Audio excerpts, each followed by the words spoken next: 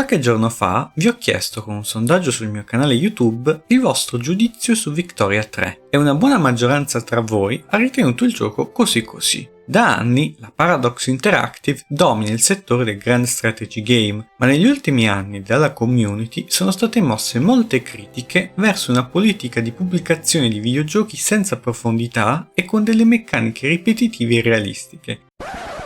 Sì, Mana Points, vi sto guardando. Per quanto fosse pieno di bug, Victoria 2 è stato probabilmente un gioco rivoluzionario nel settore dei Grand Strategy Game, in particolar modo introducendo il concetto della popolazione rappresentata per ceti sociali, un concetto che la mod Mayo and Taxes ha cercato di introdurre perfino su Europa Universalis 4, creando un'esperienza di gioco immersiva e coinvolgente. Da questo spirito nasce Grey Eminence, un videogioco in fase di sviluppo da 4 anni dallo studio The Nestiners. Purtroppo non sarà disponibile in italiano il gioco, ma non escludo che in futuro possa esserci una mod per aggiungere la lingua italiana al gioco. Il gioco attualmente non ha ancora una data di uscita, in quanto gli sviluppatori stanno cercando di ricevere dei finanziamenti da qualche casa editrice videoludica. Il gioco non nasconde la sua ambizione. Il mondo sarà composto da più di 1 milione di territori, di cui 300.000 territori compongono le terre emerse, ognuno di questi con la sua popolazione, i suoi edifici, la sua geografia e persino il suo meteo, e sarà possibile partire dal 1356 in una società feudale fino ad arrivare al 1956 con la scoperta delle bombe atomiche. Queste tecnologie tuttavia non verranno scoperte in base all'anno raggiunto nel gioco, ma saranno totalmente legate al raggiungimento dei requisiti richiesti. Se siete ansiosi di scoprire cosa sarebbe accaduto se Napoleone avesse avuto l'atomica, questo è il vostro momento. Purtroppo, almeno agli inizi,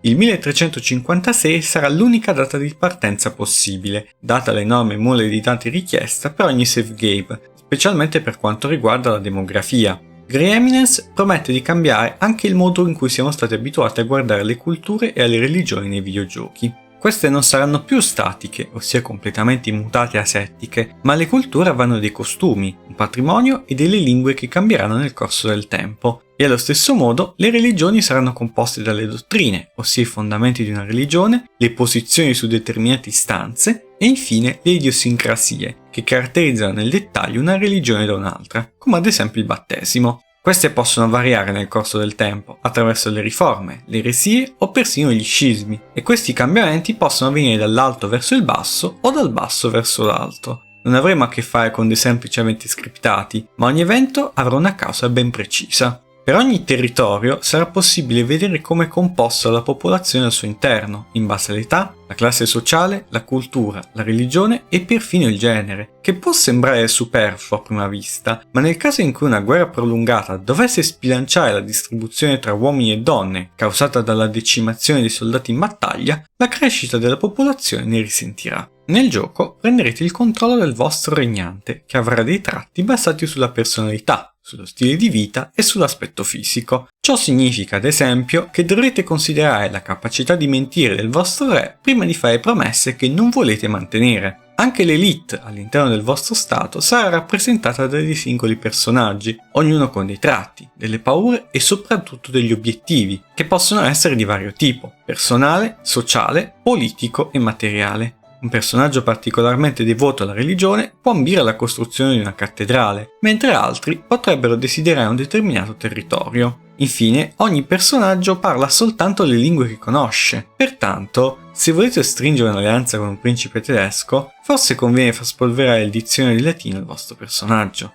In Grey Eminence saranno disponibili almeno 50 risorse nel 1356, risorse che aumenteranno man mano che si va avanti nel corso del tempo. Ma la buona notizia è che non dovrete avere a che fare per forza con il commercio e la costruzione di nuovi edifici. Seguendo la filosofia della complessità opzionale, il gioco vi permette di iniziare una nuova partita da neofiti senza dover leggere un manuale per imparare a giocare, delegando la costruzione di edifici all'elite, anche se probabilmente non dovreste dormire troppo sugli allori. Se trovate una miniera d'argento, si dà il caso che sia meglio non lasciarla nelle mani dell'elite, che potrebbero diventare più ricche del re. Anche il vostro stato ha delle leggi che regolano le sue fondamenta. Potete decidere se i contadini possono possedere dei risparmi o addirittura se possono possedere terre, oppure potete decidere a chi delegare l'investitura clericale, scontrandovi con la pratica della simonia. Infine, al suo interno il gioco avrà un editor per poter creare nuove nazioni o perfino nuovi continenti, semplicemente trascinando il pennello sullo schermo. Avete mai pensato a come sarebbe cambiato il corso della storia se le Americhe non fossero mai esistite?